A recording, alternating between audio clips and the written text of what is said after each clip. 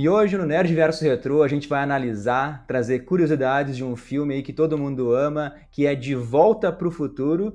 E aqui tem um tema que para mim é fascinante, que é sobre viagem no tempo. Eu gosto muito assim de como isso é retratado no filme, Marcelo. Cara, é um ótimo filme, né? Primeiro, e aí, gurizada, tudo certo, tudo bem, tudo tranquilo. Cara, esse filme pra mim, ele é um divisor, assim, né, meu? Ele é um marco muito grande, assim. ah, Tanto, cara, a trilogia como um todo, né? Então, eu acho que, tipo, o primeiro, sobretudo, ele é pra mim, na minha opção, na minha opinião, não sei vocês, mas esse primeiro pra mim é o melhor, cara. Eu acho que tudo bem, o 2 e o 3 ainda mantém o nível massa, o 3 eu já não sou lá muito fã, mas esse primeiro pra mim é, cara, é perfeito, é um grande marco no cinema e ele merece todas as referências, né, cara, porque é maravilhoso. Não sei se o Digueira concorda aí, mas acredito que sim, né? Salve, salve, gurizada. E aí, quem tá nos ouvindo, tudo bem? Com certeza, filme disruptivo, imagina, né? 1985, o ano que eu nasci, olha aí, entregando a idade. Mas, né, pô, pensa, né? A qualidade e o que se tinha de produção de filmes naquela época, né? Estamos voltando aí muitos anos no passado, e aí pega um filme com a qualidade desse filme aí pra aquela época, filme incrível, espetacular, né? Então, todo mérito aí, realmente, a diretores, a estúdios envolvidos, roteiristas, produtores, né, atores, todos os envolvidos aí, entregaram uma grande obra. Cara, e aqui a gente sempre trabalha com vários tipos de viagem no tempo, como ela pode funcionar. No filme em questão, se tu muda alguma coisa no passado, isso vai interferir no futuro. Já tem as produções aí que dizem que tudo que está destinado a acontecer, se tu volta no tempo, tu vai fazer exatamente o que era para ter sido feito mesmo, sempre vai ter acontecido aquilo. E tem até o exemplo da Marvel que a gente pode pegar, que se tu modifica alguma coisa no passado de uma forma gritante, assim, tu cria então uma linha alternativa no tempo. Então, não tem o perigo de tu matar, por exemplo, teu avô e tu desaparecer, sabe? Então eu gosto muito como os filmes, esse filme em questão lida na viagem no tempo. Não, realmente, cara, eu concordo contigo. E é numa época em que não há tantos filmes que trabalham com isso, né, cara? Tipo, vai vir muitos também. Não tô dizendo que é o primeiro, existem vários outros, né, cara? A gente pode pegar a Máquina do Tempo lá de 1960, a gente pode pegar o Time After Time em 79. Tem filmes que já trabalham com isso.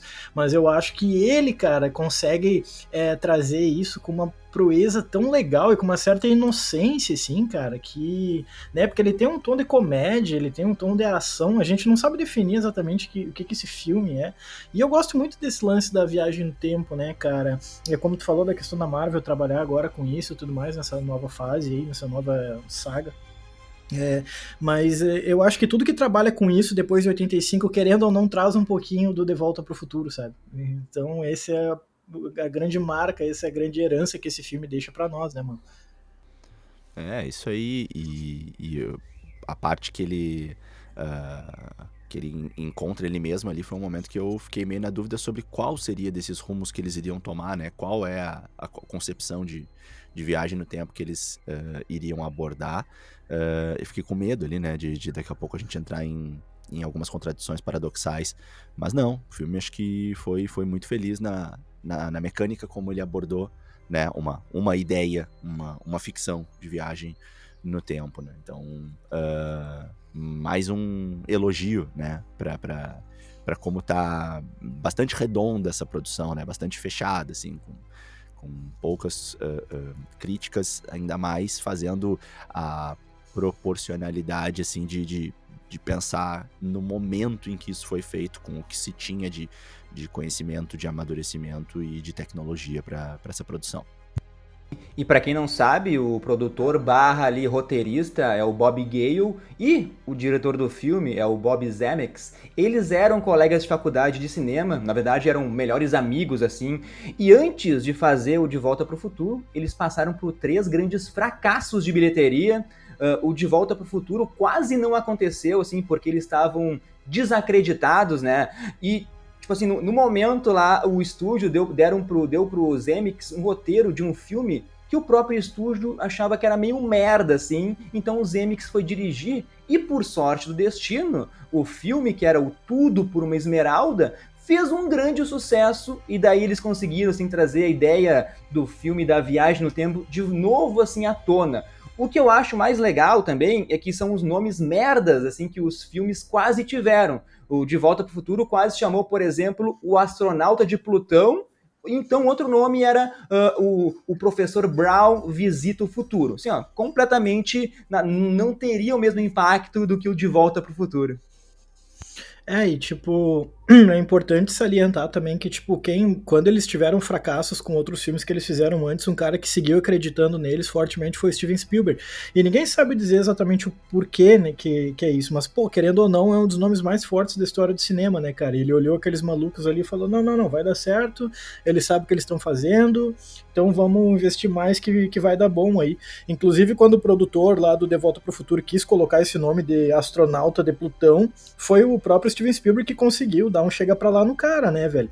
Porque até de uma forma genial, porque quando o cara falou, olha só, ele recebe um memorando lá, fala, eu quero que vocês mudem o nome do filme pra Astronauta de Plutão. A resposta do Steven Spielberg ia levar como se fosse uma piada.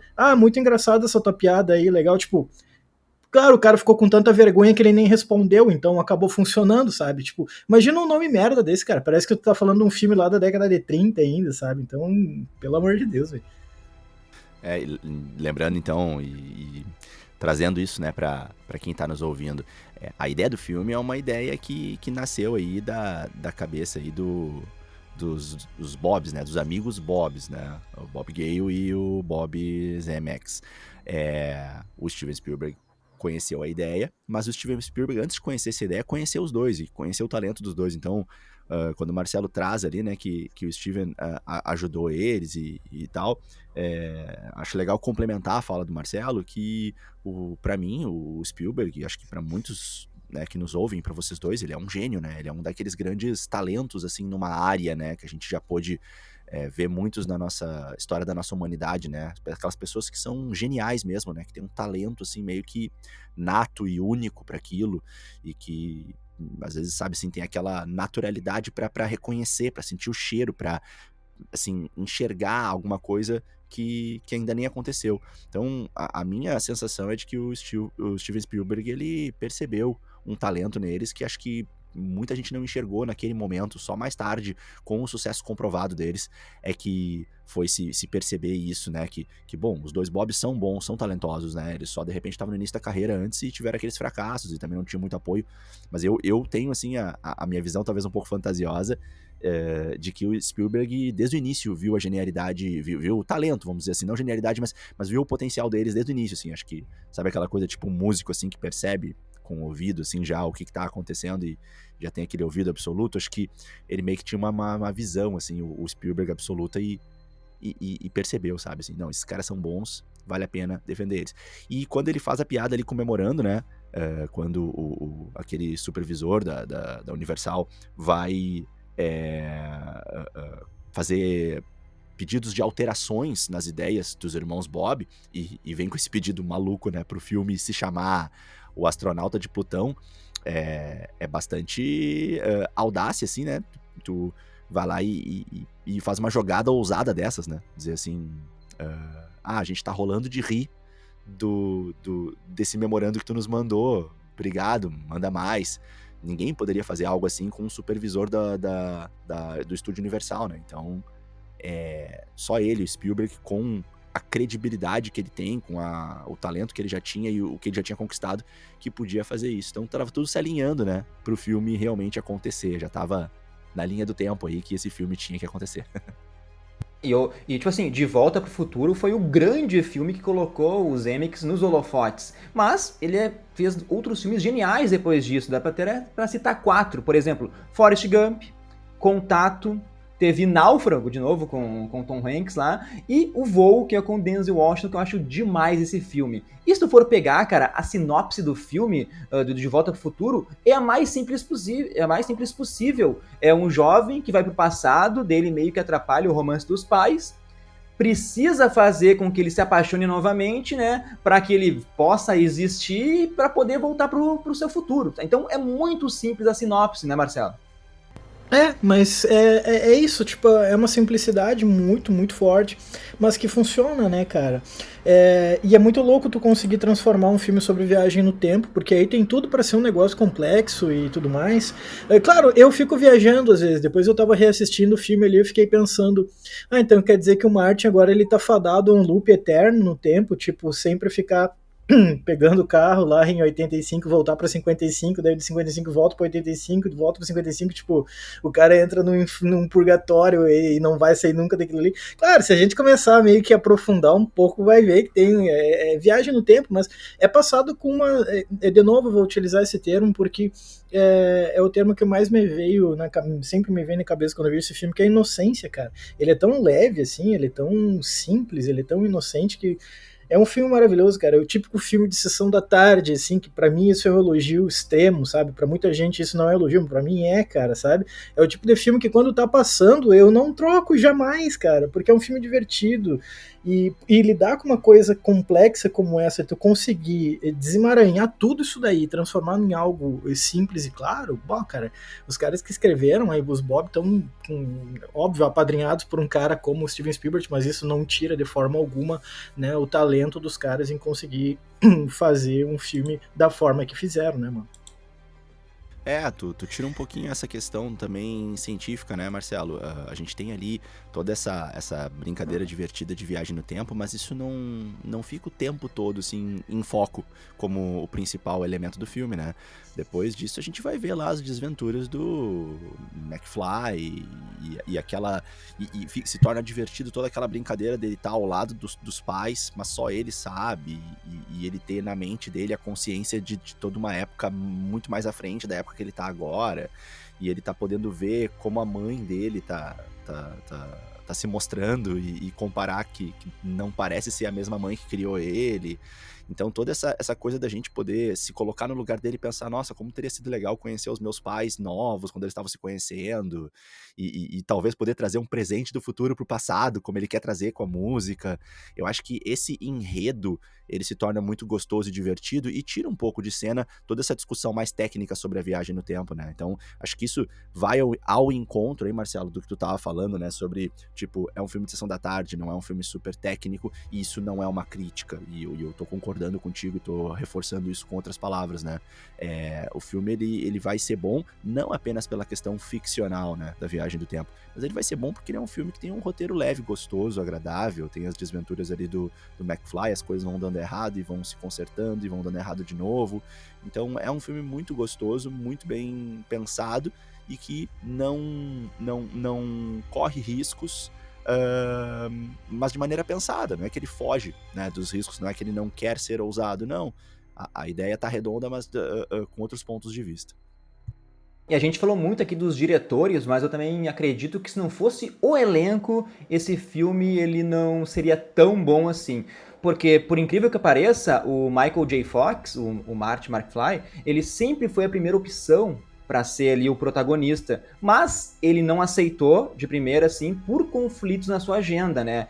E daí tiveram que escolher lá um tal de Eric Stoltz, né, o cara passou no teste, gravou por 6 semanas o filme, né, sendo ali o Marty. Só que daí o pessoal ali começou a não curtir muito a atuação dele, porque basicamente o Eric, ele tava levando muito a sério o filme, né, que era pra ser um tipo de comédia, e o cara queria filosofar, queria colocar uma essência no personagem, que a ida pro passado lá fez ele mudar como um indivíduo no planeta. O cara fazia mais uma atuação pra um drama, sabe? Resumindo, era um puta chatão, sabe? Mas daí os Bobs, eles viram, cara, não vai dar certo esse filme, vamos ter que parar aqui 6 semanas de gravação, vamos voltar para a ideia original de trazer de novo o Michael J. Fox, porque ele estava muito em alta por causa da série que ele fazia na época, assim, e então ficou tão sério assim o esquema que chamaram o Michael lá no escritório da Universal, e o Michael falou assim que estavam tratando com tanta seriedade o assunto que ele pensou que ia ser demitido na hora.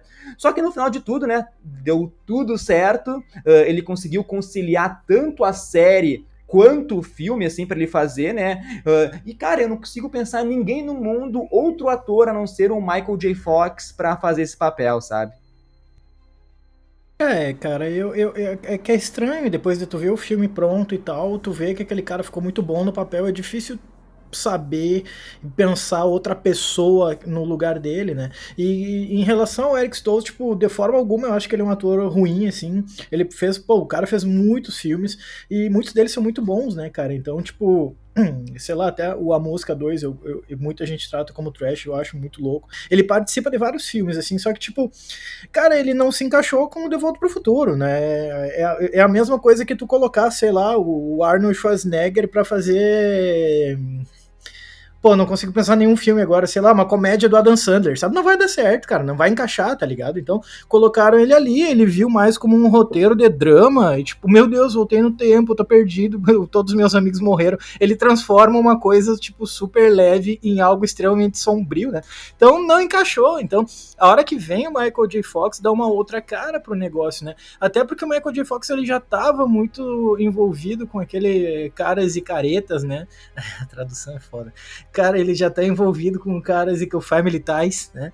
E então ele já tem aquele coisa meio familiar, meio bobinho, meio, sabe? E aí ele encaixa perfeito, então, no De Volta pro Futuro, de tal forma que a gente não consegue vislumbrar um outro ator no lugar, né, cara? Só que aí é aquele problema, tipo, por cerca de 6 semanas e meia, os caras filmaram com o Eric Stoltz, aí, tipo, do nada bota o Michael J. Fox no lugar.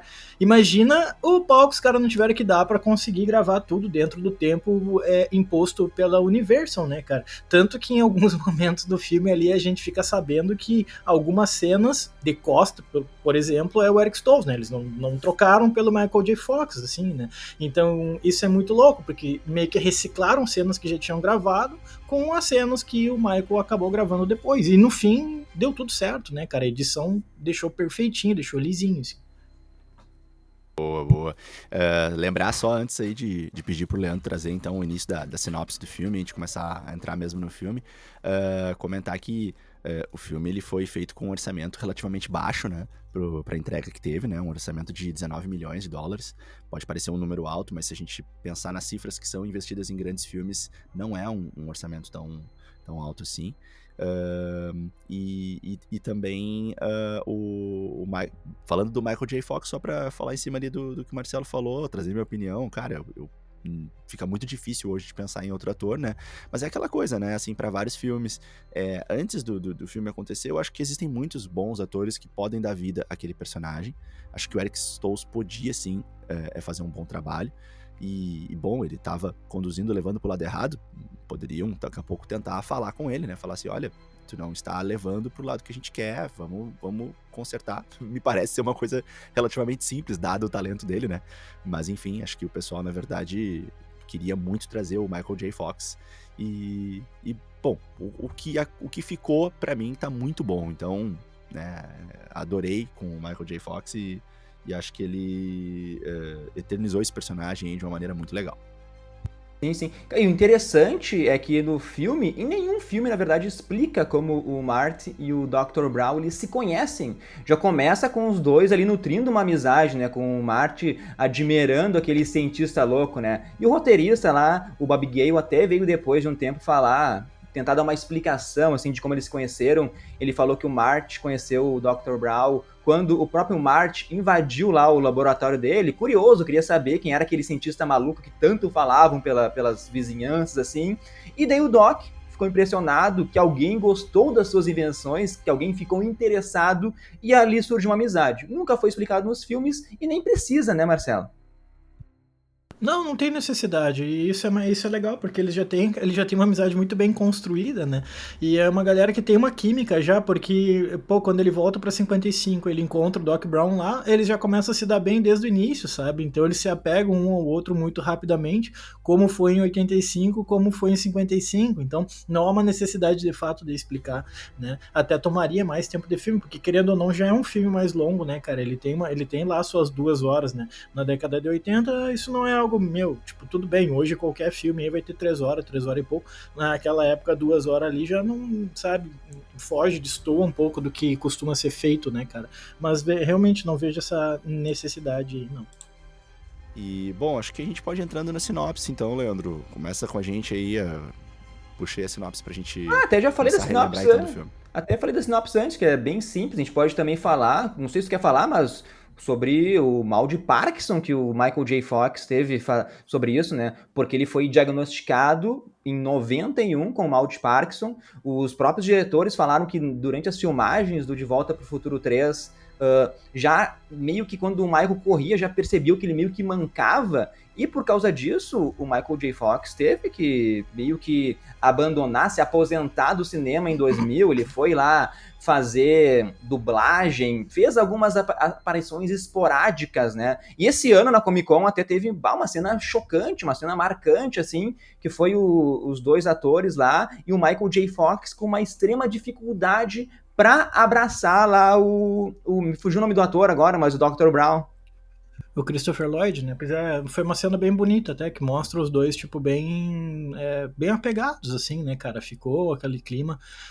No De Volta pro Futuro 3, ele já sabe que tá com mal de Parkinson, inclusive ele, em alguns momentos do filme, tem cenas que são gravadas com movimentos involuntários, assim, né? Ele já tem uma dificuldade para caminhar ali, ele tá tendo sérias dificuldades já durante a gravação do De Volta pro Futuro 3, né, cara? Mas eu acho que, tipo assim, ele soube levar isso de uma forma que, cara, nem todo mundo ia conseguir, sabe? Eu não sei se eu conseguiria, cara, porque é uma doença que debilita o cara de uma forma que, tipo, tu não consegue fazer muitas vezes coisas simples no dia a dia, né, cara? E ele voltou pra televisão depois, fez seriados, ele tá sempre na luta, tem organizações voltadas, né, para o combate ao mal de Parkinson. O cara é um monstro, cara, porque basicamente, né, no bom sentido, obviamente, ele pegou aquele negócio negativo e transformou num negócio assim, tipo, não, isso aqui vai ser a batalha da minha vida, e hoje ele é marcado por isso. Eu acho que muito além do De Volta para o Futuro, o Michael J. Fox também ele é marcado assim como um guerreiro, né, um batalhador, um cara que, beleza, lá em 85 fez De Volta para o Futuro, fez toda a trilogia, mas acima de tudo é um cara que consegue levar a vida da melhor forma possível, tendo uma doença extremamente debilitante, né, meu? Isso é muito louco, cara. Isso aí. E, bom, começando ali a falar sobre a apresentação dos personagens, eu acho que a gente já pode também falar um pouquinho. Eu queria trazer o início do filme que, bom, né, não é surpresa para quem acompanha aqui o Nerdverse, que eu sou apaixonado por skate, então, né, relembrar ali aquele momento em que ele vai ali tirando uma onda com o skate e vai pegando carona nos carros ali é muito legal, né? Queria fazer uma pergunta para os guris aí, o que os guris acham, será que... E o que a galera também que nos ouve, né, acha? Vocês acham que eu já peguei carona nos carros assim com skate alguma vez, ou é muita loucura para esse podcaster aqui? Fica aí a dúvida, mas se pronunciem, o que vocês acham? Com certeza. O Diegueira depois eu vou falar, o passado de Diegueira era um rebelde, né? Hoje é um pai de família aqui. Mas, meu, é muito legal porque se tu for ver o Marty McFly, ele é um bad boy, velho. O cara chega atrasado nas aulas, o cara curte rock, anda de skate, o cara tem uma namorada linda, mas logo no começo, ela tá do lado dele e fica olhando pra outras mulheres ali, ela até brinca, dá um tapinha nele e fala, pô... O cara ali mas ele é um cara legal, ele esbanja a simpatia, sabe? E nesse início do filme... Com certeza não puxou o pai, né, Leandro? Com certeza não. E nesse início do filme é muito legal, porque eles mandam várias referências, easter eggs, que depois a gente vai ver lá no passado, quando ele voltar, né? Tem, por exemplo, o cara que é candidato a prefeito, eu acho, no passado trabalhava na lanchonete. O pai do Martin, lá, o George, é um pau-mandado do Bife, é a pessoa que sofreu bullying por anos. Nos apresentam também o Dr. Brown, né? Que, pô, quem nunca quis ser cientista quando era criança aqui, né? Então tudo isso vai culminar naquela possível viagem no tempo. O diretor da escola lá, né? O diretor da escola, o inspetor da escola, aquele careca lá. Exatamente. O Marty McFly, ele é meio que esse bad boyzão, né, cara? Igual o Diegueira, obviamente, né, cara? No ápice da sua marginalidade. Agora, tipo assim... cara, uma coisa que eu acho massa também de colocar é que, tipo, as conexões, né? Tipo, quando o Michael J. Fox, ele acabou assumindo no lugar do Eric Stoltz, eles tiveram que trocar a namorada dele também, a Jennifer, porque a Jennifer original era muito alta pra ele. E aí perguntaram pra várias mulheres, elas falaram, não, eu nunca namorei um cara mais baixo que eu, então, sim, não faz sentido esse namoro. Aí trocaram. Só que essa guria que foi trocada, a original, que era a namorada do Eric Stoltz no filme, era a Melora Hardin, velho. E pra quem não manja, a Melora Hardin é a nossa Jane Levinson do The Office, né? Que namora o Michael. Então, tipo, lá nas antigas ela participou do De Volta pro Futuro, mas não rolou no fim das contas. Mas não, seguiu na carreira e se tornou a nossa querida, ou talvez odiada Jane Levinson, dependendo da forma que a gente vê, né? Então, é ela bem novinha, assim, isso é muito louco. Gosto muito do Crispin Glover também, né, cara? Que é o pai do Marty ali, acho que ele atuou muito bem, ele ficou famoso também durante as gravações pelas brigas com os diretores, né, sempre incomodando e falando, não, eu quero fazer desse jeito, não quero fazer desse jeito, tipo, o diretor manda fazer A, ele faz B, então, tipo, isso toda hora, assim, o também, chatão, né? O resultado exato, o cara ultra chato das gravações, assim, mas sabe o que faz, né, cara, tanto que a atuação dele ali também é super marcante, né, mano, então, eu acho que toda a química desses personagens ali funcionou tão bem que isso só engrandeceu mais ainda, não dá pra gente colocar só nas costas do Michael J. Fox e do Christopher Lloyd, né, cara? Pô, todo mundo que atua ali, na verdade, manda bem demais, desde o Biff até é estranho falar Biff, porque o nome do meu cachorro também é esse aí, né? Mas, tipo assim, desde o Biff, do carinha da escola. Cara, eu não me lembro o nome daquele cara, o careca lá da escola, mas ele aparece em vários filmes. Sabe quando tu vê um ator e tu fala, bah, eu já vi esse cara em vários filmes, mas eu não consigo lembrar de nenhum, né? Então, aquele cara também manda bem, todo mundo manda muito bem, né? Verdade. E teve aquele momento legal depois quando o Martin encontra o George, né? Quando ele já viaja pro passado, que ele olha pro George caído e ele tá todo vestido com aquela roupa meio nuclear, né? E aí lança aquela referência divertida pra gente, mas que pra época não faz sentido ainda, né? Que ele fala que ele é o Darth Vader, né? Na cabeça dele, ele acha que isso vai ter um impacto legal, mas não vai ter o mesmo impacto pro George, que nunca ouviu falar desse nome sequer, né? Já que naquela época isso não tá acontecendo. Isso ainda não foi lançado, né? Então é legal a gente ficar o tempo todo tentando ficar atento, né? Ao que faz sentido e ao que não faz, para poder entender a profundidade dessas piadas, né? Porque é a consciência do Marty trazendo todas as referências dele ali, de 85, mas muitas delas não encaixam, outras geram uma vantagem para ele, outras geram uma desvantagem para ele, quando ele tenta trazer isso para 1955. Uma coisa que eu queria comentar, guris, que me chamou bastante atenção, né, revendo o filme, é a quantidade de patrocínios, né, de marcas que eram explicitadas no filme, né, uma coisa que não é tão comum hoje em dia, assim, muitas marcas aparecendo o tempo todo, assim, né, o DeLorean nem se fala, né, mas Pepsi, Texaco, nossa, vários, assim, nos relógios tinha marcas, na TV, Nike, né, Panasonic, eu acho, Nike, então muita marca, assim, né, acho que foi uma necessidade, imagino, de angariar recursos, né, para produzir o filme, imagino eu, né, porque, bom, não é de graça, né, todas essas marcas que o nome tá lá, elas pagaram, né, para poder ter o seu nome lá, imagino. Há uns anos atrás, inclusive, a Nike fez uma edição comemorativa do tênis do Back to the Future, né? Que era um tênis todo futurista e tal, ele se fechava sozinho. E aí, pô, imagina quanto é que não vai custar um tênis desse, né? Mesmo só pra colocar um adendo que eu acho massa de colocar, que é o seguinte, tem uma hora que o Marty tá conversando com o Doc Brown e ele fala, tá, se tu veio de 85, quem é que é o presidente lá naquela época? Ele fala, cara, é o Ronald Reagan, tá ligado? E isso é muito louco pelo seguinte, porque assim, o Ronald Reagan na década de 50, isso na vida real, ele era ator de filmes de faroeste. Então, tipo, ninguém que assistia filmes de faroeste na década de 50 imaginaria, esse cara que um dia vai ser presidente dos Estados Unidos. Só que ele cresceu nesse contexto da Guerra Fria, que na década de 50 ele dedurava todo mundo nos estúdios de gravação, todo mundo era comunista para ele.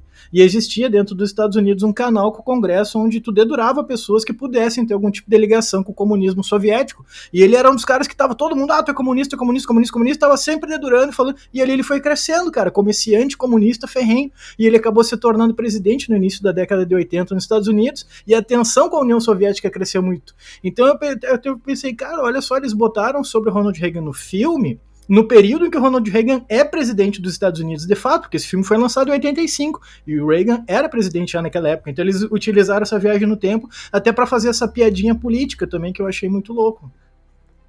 Sim. E o Massa Diego, isso. e o Diego falou, né? Falar. O cara fala, né? Quando ele vai acordar o George lá, ele fala, eu sou o Darth Vader do planeta Vulcano, e acorda o George lá tocando um Van Halen, né? Então, não tem como tu não pensar que é um alienígena ali, até porque o George era um nerdola, assim, malucão, que fazia escrevia ficções sobre alienígenas. E só trazer duas curiosidades. A primeira é que no roteiro original não era o cachorrinho que ia no carro, era um chimpanzé, né? Ainda bem que trocaram isso. E a outra é que a máquina no tempo, na verdade, logo nos primórdios, era uma geladeira, né? Imagina, isso aí seria uma merda gigante. Daí, quando mudaram para que fosse um carro, a Mustang, ela entrou em contato lá, ofereceu uma grana muito alta para que o carro fosse um Mustang. Mas daí o diretor recusou, porque ele queria algo diferente. E ele optou pelo DeLorean porque é um carro que tem essa abertura, né? As portas vão para cima, assim, né? Dá um ar mais de nave espacial. Cara, e de novo, é o destino, né? As coisas vão mudando, tudo parece assim, perfeito no final, e o DeLorean é o carro talvez o mais icônico do cinema, assim.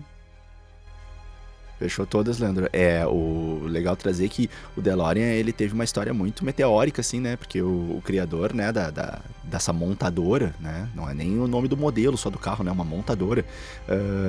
Ele fundou, né, a DMC, que a gente vê ali no logo da frente do carro, né? A DeLorean Motor Company, em 1975. Tu imagina, ele fundou a montadora só 10 anos antes do filme, né?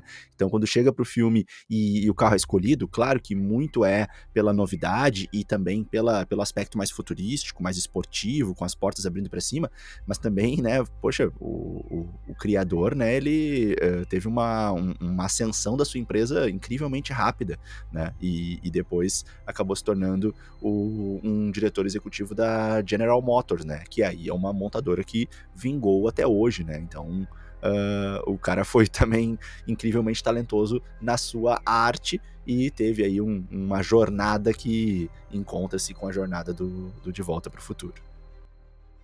Cara, e eu gosto, vou falar de novo disso, mas o De Volta ao Futuro, basicamente, ele responde várias perguntas, né, que a gente pode se fazer, assim, como será que eram nossos pais no passado? Será que eles bebiam, faziam festa? Como é que se conheceram? Às vezes, a imagem que eles nos passam não é o que eles eram, né? Posso pegar de novo, agora eu vou pegar o exemplo do Diego, né? Hoje é um pai de família, professor conceituado no Brasil inteiro, tem um podcast dos mais ouvidos, mas eu conheço ele há mais de 15 Cuida anos, que tu vai né? falar aí, cara. Conheço ele, vai falar aí, meu. Conheço ele há mais de 15 anos. Na adolescência, era um menino rebelde, como ele já falou, e andava de skate, né? Cara, e o filme faz, né, o Marty viajar no tempo, interagir tanto com o pai quanto com a mãe, né, velho? Então imagina que foda é isso. E essa era a ideia original lá do Bob Gale, né? O que seria, como seria se a gente pudesse ser amigos dos nossos pais na adolescência. Isso é genial, sabe? Ele coloca essas questões que eu acho que são questões muito bonitinhas, assim, sacou? Tipo, cara, é muito louco a gente pensar que quando a gente nasce, os nossos pais, eles já estão nessa função de pais, então tu conhece só uma pequena parte da vida deles, mas que pra nós é o todo, né? Então é muito louco pensar tu voltar na possibilidade de voltar no tempo e conhecer o teu pai lá na adolescência, fazendo merda e tudo mais, né? Então, realmente, quando eu terminei de ver o filme. E toda vez que eu termino de ver ele, que eu até já perdi as contas de quantas vezes vi esse filme, eu sempre fico me questionando sobre isso. Como é que era meu pai e minha mãe, né? Quando eles eram mais moleque, o que eles faziam? Era mais inocentão? Era mais rebeldão, né? Isso é muito doido, cara. Muito legal. E eu fiquei, né, durante um certo momento pensando assim, mas como é que pode, né, meu, o cara ser tão bad boy, que nem o Leandro falou ali, e o pai dele ser tão diferente, né, dele, assim, pô, né, filho, né, tem que ter puxado de algum, um pouco pelo menos, tudo bem que tem influências externas da escola, da época, mas, né, peraí. E aí a gente, na volta pro passado, isso meio que é explicado, né, na verdade ele não puxou o pai, ele puxou a mãe, e a mãe que falava o tempo todo que uma mulher não tem que tomar a frente, não tem que fazer a ofensiva, não tem que ir atrás dos homens, na verdade ela é um pouco, ela tem pudores com isso, mas ela sempre foi assim, e isso aparece então, né, ali na volta, e isso é muito legal, e ele encontrando e cada vez mais se impressionando, né, com as coisas que ele vai vendo a mãe jovem fazendo, é muito legal, né, ela bebendo, ela mentindo pros pais, ela fumando, e ela vai pra cima dele, e ela que chama ele pra sair, então isso tudo foi bem divertido, volta um pouco aquilo que a gente falou no início lá, né, que o Marcelo falou sobre o filme ser bom, não só por causa da viagem ao futuro, da viagem no tempo, mas muito também por esse roteiro divertido, gostoso, né, torna o filme agradável de assistir. Voltando só rapidamente ali no lance do skate, né, aquele momento muito legal que o Marty quebra o caixote ali e revoluciona na frente das crianças ali, né, o patinete, porque o patinete é mais antigo que o skate, né, galera, assim, tanto o patinete quanto o surf já existiam há, né, muitos mais anos do que o skate. O skate é mais anos 60, que começa a nascer ali e tal, ganha força nos anos 70, e aí anos 80 que deslancha mais, né. Então, aquele momento ali em 1955, não se tinha skates ainda naquela época, né, então aquilo foi muito revolucionário, e mais uma vez essa brincadeira, né, dos filmes de uma forma muito inusitada e rápida, a gente enxerga uma revolução ali, né. Eu acabo, nesses momentos, sempre me lembrando de Forrest Gump, um outro filme que outra hora a gente tinha que trazer pra cá, né.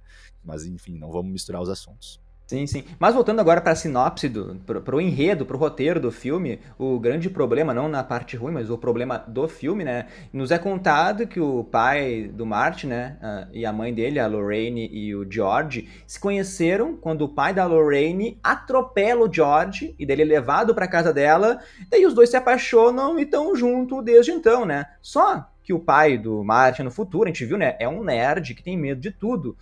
A mãe dele virou ali uma alcoólatra até, né, e tudo muda daí quando o Martin é atropelado no lugar do George, né, e daí a Lorraine se apaixona pelo Martin, se apaixona pelo filho, né, cara, assim, ó, o cara veio do futuro, assim, então é muito louco. A ideia de que isso vai mudar tudo, e eles usam aquela fotografia que as pessoas vão sumindo aos poucos, é genial pra mim, é algo simples que funciona muito bem, sabe?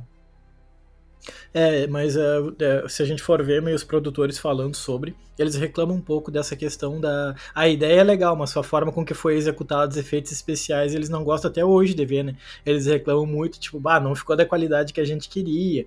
Por exemplo, né, pro Marty poder voltar para casa, ele vai ter que pegar, já que ele não tem o plutônio ali, ele vai ter que ter a energia de um raio que vai cair na torre do relógio e tal.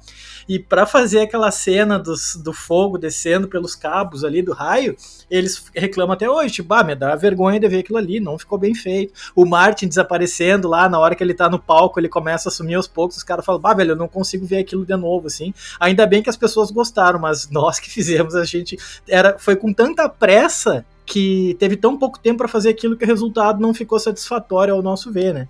Então, aí a gente lembra até da Marvel, né, ultimamente, aí, se a gente for entrar naquelas tretas lá.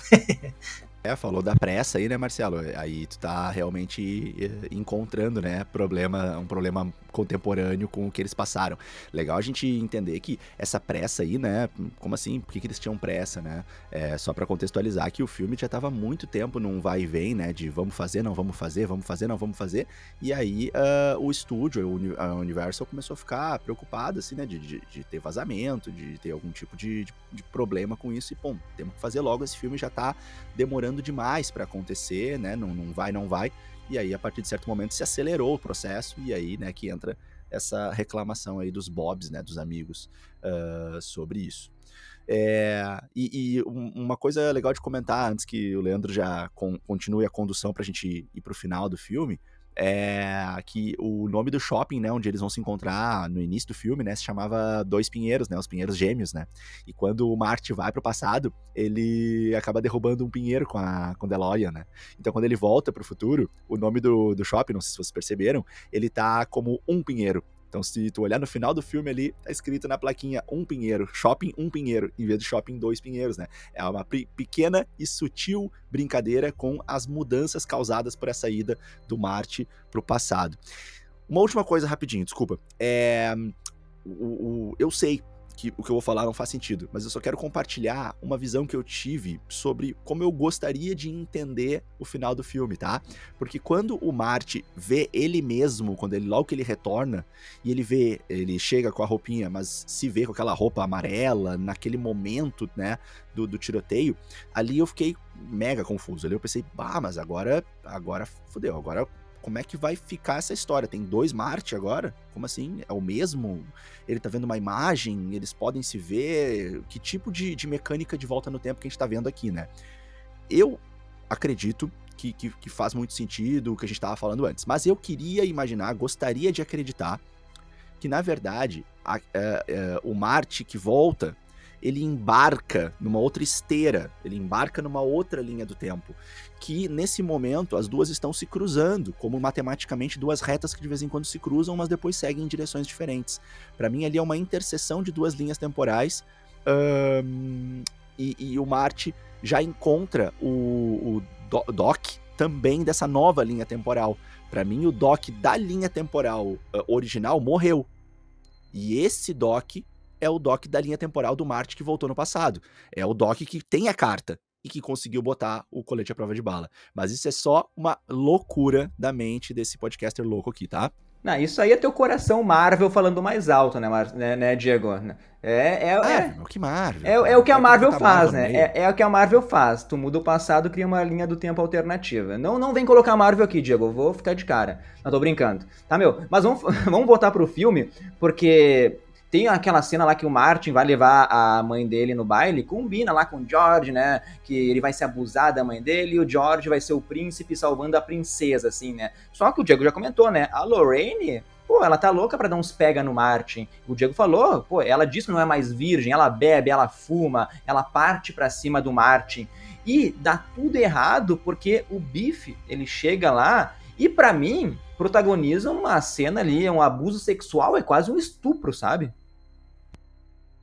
Exato. É levado de uma forma, claro, bem sutil, às vezes nem tanto, né? Ficou meio em cima da corda bamba ali, mas acabou funcionando, porque daí George chega lá, daí pela primeira vez na vida ele mostra um pouco de valentia, né, cara? E essa valentia que foi estimulada pelo próprio Martin, assim. Então é muito louco, porque quando o Martin volta pro futuro, ele vê que os conselhos dele acabaram fazendo tantas mudanças nas ações e na vida do George que aquilo ali acaba, obviamente, influenciando na vida dele diretamente também, né? Então é muito doido, assim. Eu achei legal de ver, tipo, porque na minha cabeça, inicialmente, eu falei, ele vai voltar pra casa e vai estar tudo do mesmo jeito.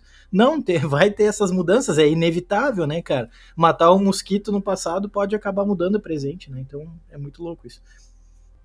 Vai daí, Leandro.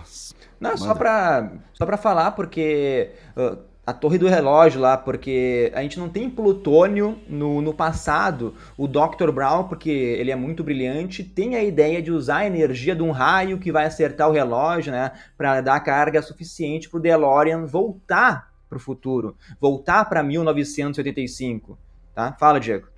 Não, ele fala assim, né, nossa, 1,21 gigawatts, ele fica louco com esse número, né, com a grandeza desse número, ele fala, né, na época assim, pô, como é que nós vamos gerar uma energia como essa, né, um número bizarro, e aí ele fala assim, só se a gente conseguisse captar a energia de um raio, né, mas aí como é que vai saber a hora e o local que o raio vai cair, isso é impossível, e aí vem o Marty e fala, não, peraí, eu sei onde vai cair um raio, a hora e o local, né, é legal trazer esse momento, né, porque o Marty, né, inclusive presenciou lá no início do filme aquela cena das senhoras que queriam preservar ali a memória da cidade, né, ali o patrimônio, né, que era o relógio original que ia ser reformado.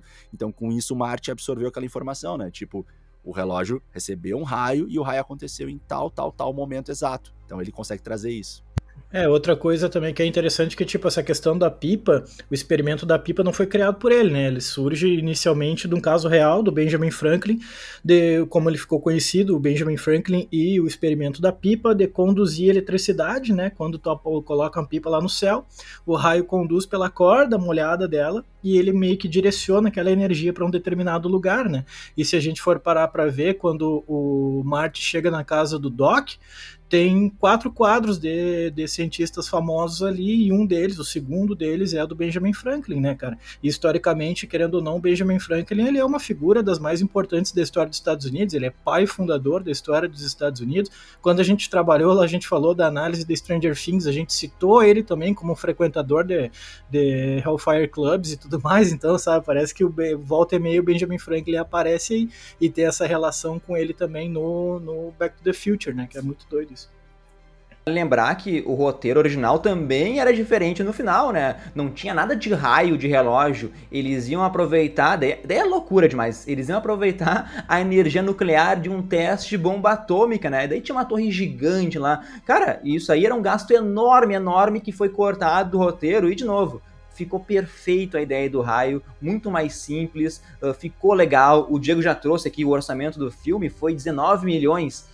E é engraçado, né, que o Michael J. Fox, ele conta, né, que estava viajando na semana de estreia do De Volta para o Futuro para promover a série dele. E Daí o agente dele ligou lá pra falar sobre a estreia e o Michael já começou, me desculpa, eu gravei assim, o filme sem dormir direito, gravava a série de manhã, o filme de noite, eu te prometo que o próximo filme eu vou me dedicar mais, né? Deu o produtor, calma, eu quero te dizer que na verdade o De Volta pro Futuro foi um grande sucesso de bilheteria aí, e se a gente for ver, né, no total, o De Volta pro Futuro foi o filme de maior orçamento, de maior bilheteria no ano de 1985, arrecadando ali 385 milhões de dólares, e se a gente for pegar a trilogia inteira, chega perto de 1 bilhão, né? Pra época, são números, assim, gigantescos. Exato, funcionou demais, assim, e talvez, como o próprio Martin, o próprio Michael J. Fox coloca, talvez ele não colocava lá muita fé no trabalho dele, talvez, mas deu certo demais, cara. Pô, é 1 bilhão, velho, nós estamos falando em 1980, sacou? Na década de 80 ali. Uma trilogia chegar, é isso, cara, um filme sozinho chegar a quase 400 milhões, cara, é uma coisa muito, muito, muito grande, né, e merecido, cara. Só um comentário, Marcelo, vou pedir a tua ajuda pra ver se não tô falando bobagem, mas naquele momento no baile, quando ele pega a guitarra pra tocar e ele se empolga e começa a fazer um super solo, né? Primeiro ele puxa ali a música do Johnny B. Good. Johnny Go, né? Johnny B. Good. Muito bom, né? E a galera curte, e aí tem mais ali uma conexão legal, né? O cara que tava com a mão lesionada, ele liga, né, pro músico e fala, olha, eu tenho aqui a tua música, então acho que aí tem uma conexão legal, que de repente eu posso pedir, se tu conseguir me dar um pouco mais de suporte pra falar melhor disso. E antes de te passar, vou te passar mais um pedido rápido, que é, quando ele se empolga mais ainda, né, o Marty, e vai pro chão e começa a fazer uns solos muito, muito, muito empolgados, e a galera já não consegue mais curtir como tava curtindo Johnny B. Good, Johnny Go, ele começa a fazer o solo, e ali eu fiquei com uma sensação de que era meio que uma referência ao Jimi Hendrix no Woodstock, ou será que não necessariamente, Marcelo? O que tu acha? Porque ali ele fala no final, né, vocês não estão preparados pra isso ainda, né, então ali acho que tem mais uma referência legal da gente traduzir pra galera. Cara, assim, é que no caso a conexão que eles fazem ali com Johnny B. Good é porque, por exemplo, é uma música do Chuck Berry, aí quando o primo do Chuck Berry sai da sala, pega o telefone e liga, ô Chuck, olha só, né, tá ali, como se ele estivesse ligando pro Chuck Berry e fala, não é tu que tá atrás de um som novo aí, olha só isso. Então, tipo, aquilo ali, aquele momento teria servido de influência, então, pro desenvolvimento do rock e tudo mais. Dá pra fazer, eu acho, essa conexão com o Jimi Hendrix, cara, não tem, tipo, não, nada a ver. Pô, o Jimi Hendrix na década de 60 ali, ele já era monstro demais, né? Então, o Marty pode ter sido fortemente influenciado por ele. E só que eu acho que quando ele fala que vocês não estão preparados para isso ainda, eu não entendi como somente necessariamente ligado ao Jimi Hendrix. Eu acho que é o rock como um todo, porque na década de 50 eles tinham coisas que eles consideravam rebeldes demais, mas tipo, que rebelde para eles era o Elvis, pelo amor de Deus, sabe? Tipo, o que viria depois, assim, colocaria o Elvis como um playboyzinho que joga bolita no carpete, sabe? Não tem nem como comparar com o que veio na década de 70 e 80, mas dá pra fazer essa ideia com certeza com o Jimi Hendrix, mas eu acho que ele quis dizer mais, tipo, vocês não estão prontos pra isso agora, mas o rock vai dominar o mundo daqui uns 10, 15 anos aí, né, mano? E como o Marcelo já falou, né, voltando então pro futuro, as ações do Marty no passado alteraram o futuro, né? O pai dele agora não é aquele nerd mangolão, escreveu o livro, teve coragem de publicar, a mãe, parece que o casal tá mais ali, mais feliz, mais junto, a mãe não é alcoólatra, o irmão mais velho do Marty tá num trabalho de terninho, né? Antes era meio que um vagabundo lá.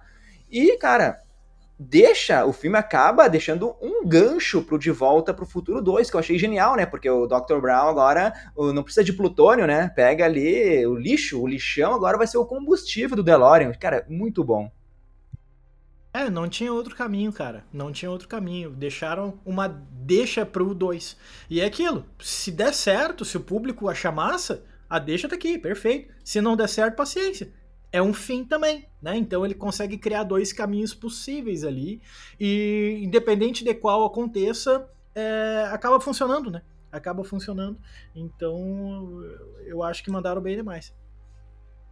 E esse novo final aí foi um dos pedidos do supervisor novo, aquele, né, que inclusive tinha pedido pra mudar o nome, né, mas muitas coisas que ele foi trazendo o pessoal acatou e beleza, foram boas ideias ou foram ideias aceitáveis, né, ele vinha propondo algumas mudanças de nome, ele foi o cara que falou que não podia o animalzinho ali ser um chimpanzé, né, e acabou mudando sendo o cachorro, então várias solicitações do supervisor foram aceitas, né, a única que realmente foi aí enfrentada com a ajuda do Spielberg foi o nome, né? O Astronauta de Plutão realmente não ia ter como, né? De Volta pro Futuro é muito, muito, muito melhor. Até porque já é um nome que faz a gente ficar refletindo, né? Como assim Volta pro Futuro, né? E aí o nome já te faz começar a pensar e te coloca na atmosfera do filme, né? De ficar refletindo sobre esse lance, assim, de vai e volta no tempo e como que faz e como que não faz.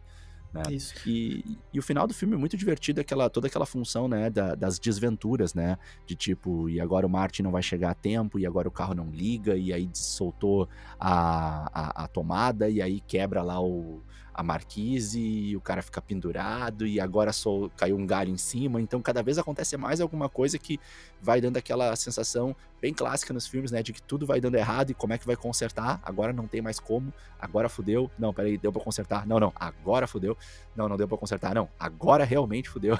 Então isso eu acho muito divertido nos filmes, né, então é mais um lance de filme de sessão da tarde, mas bem feito, bem gostoso de ver.